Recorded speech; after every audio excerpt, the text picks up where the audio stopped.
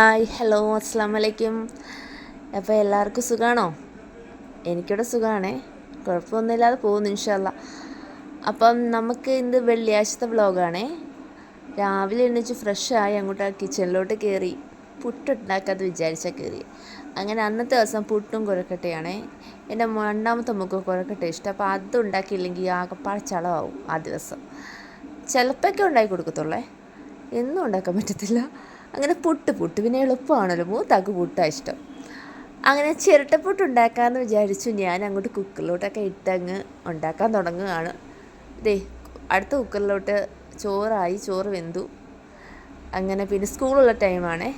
വെള്ളിയാഴ്ച ഒരു കേന്ദ്ര വിദ്യാലയത്തിലാണ്. അപ്പോൾ അവർക്ക് വെള്ളിയാഴ്ച സ്കൂൾ ഓപ്പണാണ്, സെക്കൻഡ് ഷിഫ്റ്റാണ്. അപ്പോൾ ഉച്ചയ്ക്ക് പോകണം. ദേ പാളിപ്പോയി ഗേസ്, കണ്ടോ, പൊടിഞ്ഞു പോയി. അതുകൊണ്ട് ഞാൻ വിചാരിച്ചു അല്ലാതെ അങ്ങ് ഉണ്ടാക്കാമെന്ന്. പിന്നെ അവിടെ ചായ കൊണ്ട് കൊടുത്തു. ആൾക്കൊക്കെ ബെഡ്റൂമിൽ കൊണ്ട് ഞാൻ ചായ കൊടുക്കണം, ടി വി കാണുന്നുണ്ട്, ചായ കുടിക്കാൻ.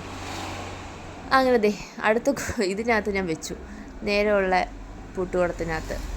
അങ്ങനെ അതായിക്കൊണ്ടിരിക്കുകയാണ്. അപ്പം ഞാൻ അടുത്ത സൈഡിൽ അങ്ങോട്ട് കുഴക്കട്ട ഉണ്ടാക്കാൻ തുടങ്ങി.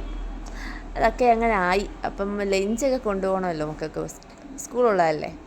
അവർക്ക് 3:15 അവർക്ക് ലഞ്ച് ടൈം. അപ്പം ലഘുവായിട്ട് വരാം. ചോറൊക്കെ ഞാൻ പറഞ്ഞാലേ കൊണ്ടുപോകത്തുള്ളൂ, അല്ലെങ്കിൽ മിക്ക ദിവസം അപ്പമാണ് കൊണ്ടുപോകുന്നത്. ഇതേ പുട്ടും പഴമൊക്കെ എടുത്തുകൊണ്ട് പോവുക. ഇതേ പപ്പടവും പഴവുമാണ് എടുത്തുകൊണ്ട് പോകുന്നത്. പുട്ടൊക്കെ അങ്ങനെ തിന്നത്തില്ല കേട്ടോ, ഏറ്റവും ഇളയാൾ. അങ്ങനെ ഉച്ചത്തേക്കും കൂടെ അങ്ങ് പ്രിപ്പയർ ചെയ്യുവാണ്. തോരനൊക്കെയാണ് നമ്മുടെ ബീട്രൂട്ട് ക്യാരറ്റൊക്കെ നല്ല ഹെൽത്തി ആയിട്ടല്ലേ ഉള്ളത്. അതാണ് മക്കൾക്ക് കൂടുതൽ ഇഷ്ടം. അതുകൊണ്ടാണ് സ്കൂളിൽ കൂടി ചോറ് കൊണ്ടുപോകാമെന്ന് പറയുന്നത്. അങ്ങനെ അതൊക്കെ ആയിക്കൊണ്ടിരിക്കുന്ന സമയത്ത് അവരൊക്കെ ഫുഡ് കഴിച്ചു.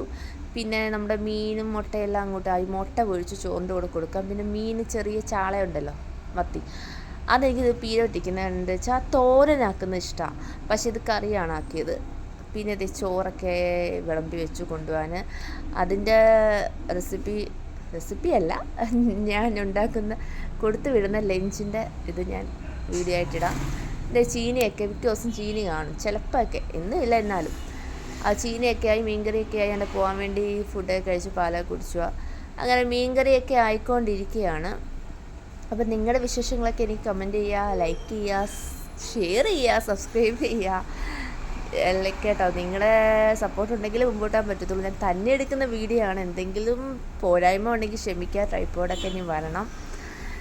അങ്ങനെയൊക്കെ ഇരിക്കുന്നു. ഞാൻ സ്റ്റാർട്ടിങ് ആണ്, എന്തെങ്കിലും തെറ്റുണ്ടെങ്കിൽ ക്ഷമിക്കുക. എൻ്റെ ഈ വീഡിയോസ് കാണുന്നവർ ഫുള്ളായിട്ട് കാണാൻ ശ്രമിക്കുക. മീൻകറിയൊക്കെ ആവുന്നു. മീനെടുത്തിട്ട് തിളയ്ക്കുന്നു.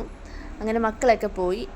പിന്നെ ഞാൻ അടുത്ത ദിവസത്തേക്കൊക്കെ പച്ചരി ഇടുകയാണ്, പാലപ്പം ഉണ്ടാക്കാനുള്ളത്. അതൊക്കെ ഞാൻ ഇടാം ഷോർട്ട് വീഡിയോ ആയിട്ടല്ലേ. അങ്ങനെ ഫുഡൊക്കെ ആയി വൈകിട്ട് ചായയൊക്കെ തിളച്ചു. അത് കഴിഞ്ഞ് ഏത്തക്ക ഉണ്ടായിരുന്നു, ചുമ്മാ എണ്ണയിലൊക്കെ ആക്കി കൊടുത്തു.